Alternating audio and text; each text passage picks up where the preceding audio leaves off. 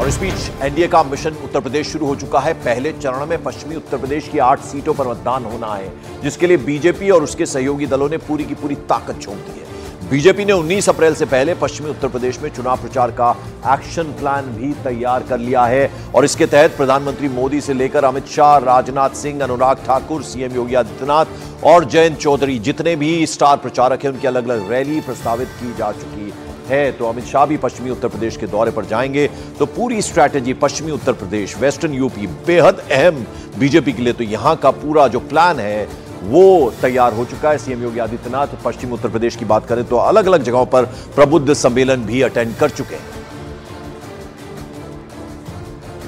और इस बार एनडीए 400 पार, इसी के नारे के साथ बीजेपी अपने सहयोगी दलों के साथ इस बार चुनावी मैदान में उतरी है, जिसमें उसका सबसे ज्यादा फोकस यूपी की 80 सीट्स पर है।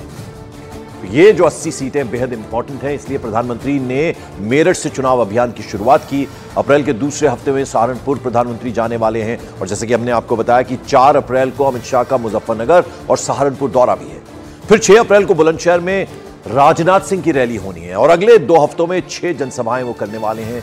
27 मार्च से लगातार जिलों के दौरे पर हैं सीएम योगी आदित्यनाथ। पश्चिमी उत्तर प्रदेश के हर जिले में प्रबुद्ध सम्मेलन कर रहे हैं सीएम योगी। अगले हफ्ते मुजफ्फरनगर, बागपत में भी सीएम योगी की रैली है। मेरठ में 2 अप्रैल को अरुण गोविल, जो कि कैंडिडेट बनाए गए हैं इस बार बीजेपी की तरफ से, वो अपना नामांकन भरेंगे। यूपी के डिप्टी सीएम केशव प्रसाद मौर्य नामांकन के वक्त उनके साथ मौजूद रहेंगे। मेरठ, मुजफ्फरनगर, बागपत में जयंत चौधरी का भी दौरा है। 6 और 7 अप्रैल को अमरोहा, मुरादाबाद, बिजनौर में केंद्रीय मंत्री अनुराग ठाकुर की रैली है। नोएडा, गाजियाबाद में अमित शाह का जनसंपर्क कार्यक्रम भी जो है वो प्रस्तावित है। तो पूरी कमर कस ली है बीजेपी ने, खासतौर पर हम अगर पश्चिमी उत्तर प्रदेश, वेस्टर्न यूपी की बात करें।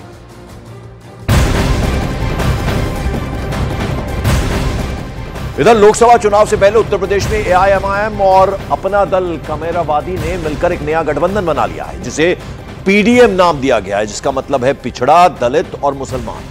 इस गठबंधन में प्रेमचंद बिंद की प्रगतिशील मानव समाज पार्टी और राष्ट्रीय उदय पार्टी जैसी क्षेत्रीय रीजनल पार्टियां शामिल हैं। आपको बता दें कि पिछले विधानसभा चुनाव में पल्लवी पटेल की पार्टी अपना दल कमेरावादी का गठबंधन समाजवादी पार्टी के साथ था और इस बार के लोकसभा चुनाव में पल्लवी पटेल ने अखिलेश यादव से लोकसभा की 3 सीटों की मांग की थी। इसके बाद अखिलेश यादव ने इस गठबंधन को खुद तोड़ने का ऐलान कर दिया था। उम्मीद है कि इंशाअल्लाह ताला ये जो पीडीएम बना है सामाजिक न्याय के बारे में, उसको हम उसके साथ रहेंगे एमआईएम पार्टी और हम लोग इसको आगे लेकर जाएंगे। और मुझे यकीन है कि उत्तर प्रदेश की जनता इस पीडीएम का साथ देगी। आज हम सरकार के खिलाफ, मुख्य विपक्ष के खिलाफ, इन समाजों के ऊपर हो रहे लगातार उत्पीड़न में अपने इस पीडीएम न्याय मोर्चा को लेकर के आपके बीच में आए हैं। पीडीएम मतलब पिछड़ा, दलित, मुसलमान। ये वो समाज है जो इस देश में सरकारें बनाता और गिराता है और हमारा ये मानना है कि जब तक पीडीएम को सामाजिक न्याय नहीं मिलेगा, राजनीतिक भागीदारी नहीं मिलेगी, तब तक ये सामाजिक न्याय की लड़ाई ना स्थापित होगी और ना पूरी हो पाएगी। तो यहां आपको बता दें कि बीजेपी और समाजवादी पार्टी को यह गठबंधन रास नहीं आया। क्या कहा दोनों ही पार्टियों ने, जरा आपको उनकी बात भी सुनवा दें। विपक्षी दलों में मचा है हाहाकार, क्योंकि भारतीय जनता पार्टी इस बार 400 के पार। विपक्षी दल समझ नहीं पा रहे हैं कि कैसे मोदी के विजय रथ को रोका जाए। हर तरह के प्रयास कर रहे हैं, लेकिन सारे तरह के प्रयास विफल हो रहे हैं। तो अब नए नए गठबंधन, नए नए समीकरण, नए नए नारे गढ़ने का प्रयास कर रहे हैं। कहीं दिल्ली के रामलीला मैदान में इंडिया अलायंस इकट्ठा हो रहा है, तो कहीं आज पीडीएम का नया नारा गढ़ा जा रहा है। लेकिन कितने भी समीकरण गढ़ें, कितने भी प्रयास करें, आएंगे तो मोदी ही, क्योंकि मोदी की गारंटी पर सबका भरोसा है। हैदराबादी भाईजान ने 2022 के विधानसभा चुनाव में बाबू सिंह कुशवाहा, डॉक्टर अयूब के दल से भी गठबंधन किया था, लेकिन जनता ने उनको जवाब देने का काम किया। अब 2024 के चुनाव में जब पहले चरण का नामांकन हो चुका है, तो वो अपना दल कमेरावादी से गठबंधन करके सामने आते। किसको फायदा, किसको नुकसान पहुंचाना चाहते हैं ओवैसी जी, ये देश की जनता जानती है। समाजवादी पार्टी की लड़ाई भारतीय जनता पार्टी की जन विरोधी सरकार से है, जो अल्पसंख्यक विरोधी है, किसान, मजदूर, नौजवान, दलित, पिछड़ा विरोधी है। और ओवैसी जी अपना दल की लड़ाई वो समाजवादी पार्टी से। जनता तय करेगी कि भारतीय जनता पार्टी की जन विरोधी सरकार को हटाने के लिए किसको वोट देना है। मॉर्निंग प्राइम में बड़ी खबर आपको बता दें, मुख्तार अंसारी की मौत के बाद भी सियासत जारी है। राष्ट्रीय शोषित समाज पार्टी के अध्यक्ष स्वामी प्रसाद मौर्य ने मुख्तार अंसारी की मौत पर सवाल खड़े कर दिए और योगी सरकार पर हमला बोला। तो वहीं समाजवादी पार्टी की नेता और सांसद डिंपल यादव ने भी गाजीपुर एडमिनिस्ट्रेशन पर निशाना साधा है।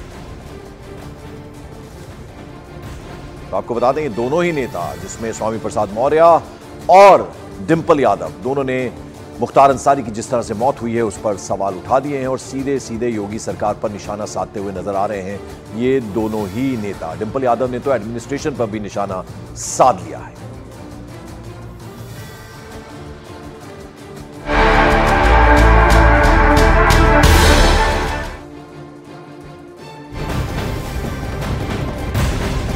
और मॉर्निंग प्राइम में अब बड़ी खबर, देश की राजधानी दिल्ली से आबकारी घोटाला मामले में आज दिल्ली के सीएम अरविंद केजरीवाल की कोर्ट में पेशी है। सुबह 11:30 बजे एनफोर्समेंट डायरेक्टरेट के ऑफिसर्स अरविंद केजरीवाल को PMLA special court Rouse Avenue court में पेश करेंगे।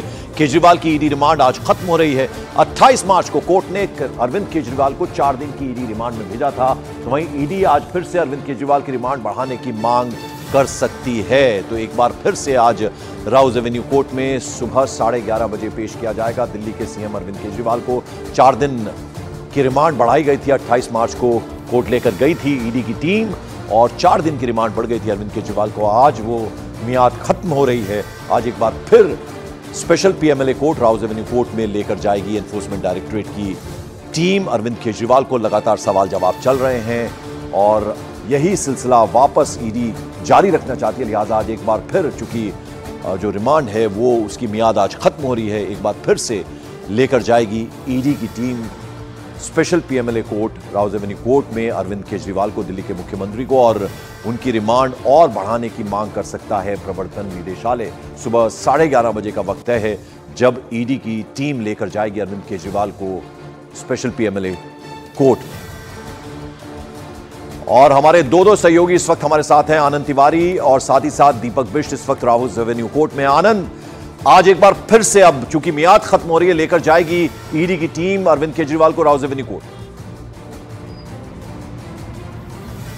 जी देखिए पंकज, आज अरविंद केजरीवाल की जो ईडी रिमांड है वो खत्म हो रही है। 11:30 बजे उन्हें एक बार फिर से जो ईडी है, ईडी की टीम जो है वो राउज एवेन्यू कोर्ट में पेश करेगी। देखना होगा पंकज कि क्या आज फिर से अरविंद केजरीवाल की ईडी और रिमांड की मांग कर सकती है, उन्हें फिर न्यायिक हिरासत में भेजा जाएगा।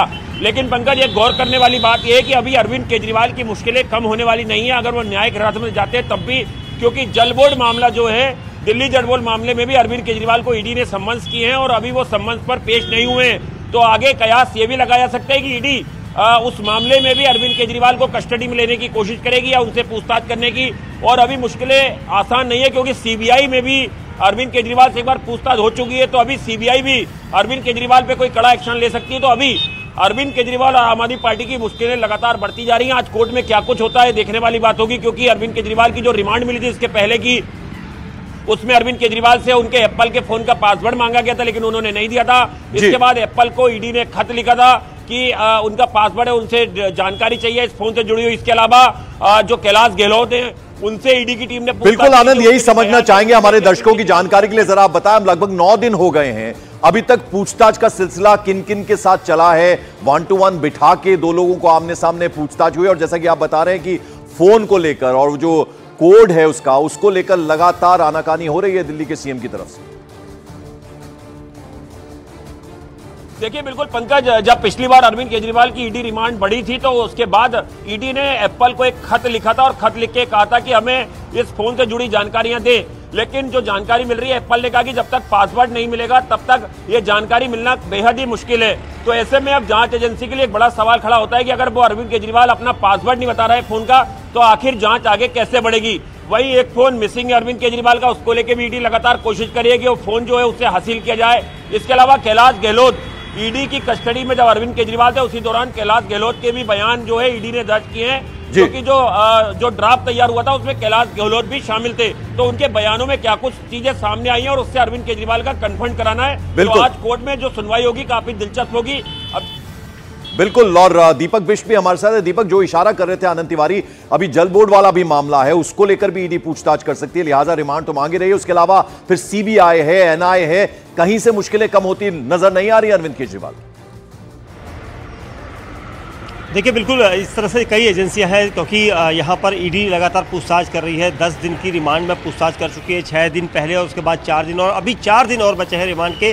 तो आज ये देखना होगा कोर्ट में कि पुलिस जो ईडी है वो कोर्ट में क्या कहती है, क्योंकि ईडी ने पिछली बार भी यही कहा था, ग्राउंड रखे थे कि उन्हें कस्टडी चाहिए, क्योंकि अभी तक जो डिजिटल डिवाइस है उनके 4 डिवाइस का नाम यहाँ पर लिखा गया था रिमांड कॉपी में कि 4 डिवाइस है जिनके पासवर्ड वो एक्सेस नहीं कर पा रहे हैं और केजरीवाल उन्हें पासवर्ड नहीं बता रहे हैं। उसके अलावा लगातार सहयोग नहीं देने की बात की गई थी और ये सारे सवाल आज फिर एक बार रखेगी। अगर ग्राउंड देखते हुए अगर आज रिमांड नहीं मांगती है तो उन्हें जेसी जाना पड़ेगा, या फिर जिस तरह से मेरे सहयोगी आनंद बता रहे थे कि दिल्ली जल बोर्ड घोटाले में भी उन्हें पूछताछ करनी है। तो आज सारा चीजें यहाँ पर कोर्ट के अंदर क्लियर हो जाएगी। बिल्कुल वो क्लियर होंगी। आप बने रहे हमारे साथ, दीपक बिष्ट और साथ साथ आनंद तिवारी। दिल्ली के मुख्यमंत्री अरविंद केजरीवाल पर आज दिल्ली हाईकोर्ट में सुनवाई है। याचिकाकर्ता ने हाईकोर्ट से ईडी रिमांड में रहते हुए सीएम केजरीवाल के आदेश जारी करने पर रोक की मांग की है। तो आपको बता दें कि अभी जो जानकारी मिल रही हुई है कि आज दिल्ली हाईकोर्ट में भी सुनवाई है। जो शिकायत करता है, जो याचिका करता है, उसने हाईकोर्ट से एनफोर्समेंट डायरेक्टरेट रिमांड में रहते हुए सीएम अरविंद केजरीवाल के आदेश जारी करने पर रोक की मांग की है।